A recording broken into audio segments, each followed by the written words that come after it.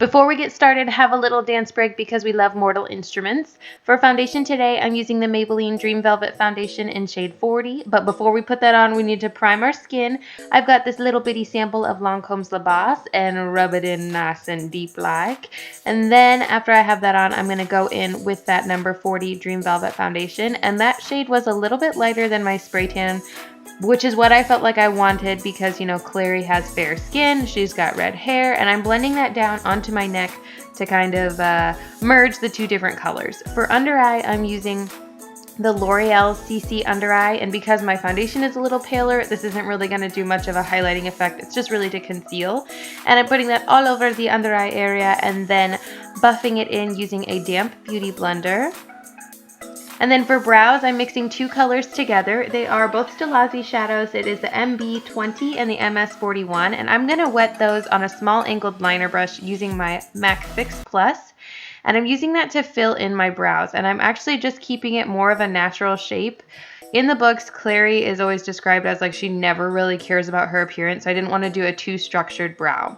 And then to set my foundation, I'm going in with an Inglot pressed powder and just putting that on using a large powder brush as opposed to my flat buffer brush I would normally use because I don't want that distinct pressed powder. For blush, I'm going in with Clinique Honey Blush, and the shade has actually been discontinued. I'm so sorry.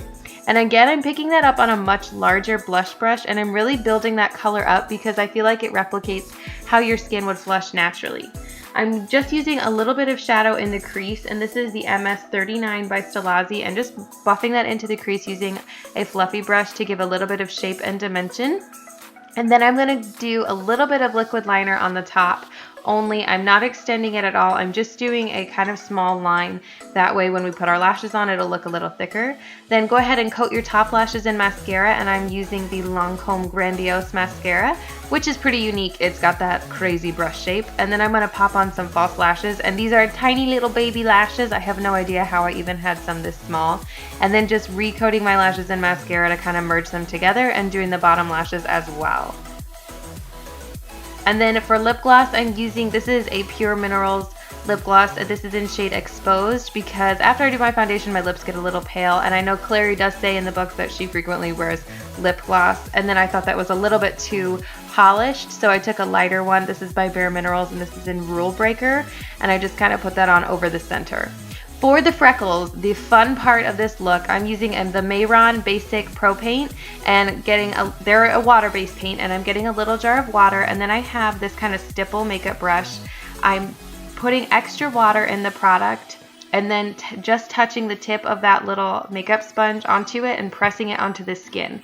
The most concentrated area of the freckles is going to be right around the nose, and then it's going to get lighter towards the outer edges. So I'm putting the most freckles into the center, and then go ahead and repeat this process all along your forehead and your shoulders.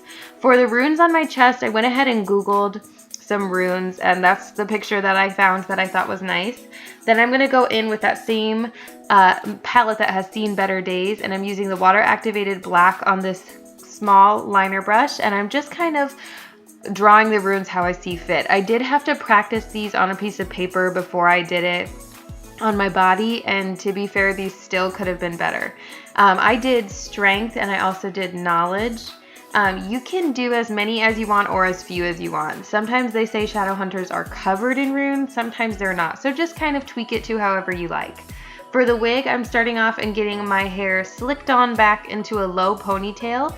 And then I'm kind of clipping that ponytail up and folding it over. My hair is super thin, so I'm not using a wig cap.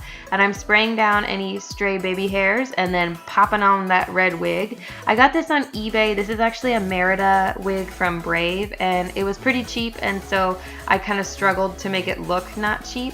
I had to push the hair over the front to kind of give some fake bangs and really spray it and play with it. And then because Clary is an artist, I stuck a pencil down one side of my ear, but I actually wound up putting it onto the other side to kind of secure the bangs down a little bit later, and just continue to spritz it and make it your own. And then I added in green contacts, and that completes the look. It was super easy, but it was really fun. I love the Mortal Instruments series, and I hope you enjoyed the video. Thank you so much for watching, and please subscribe. Bye!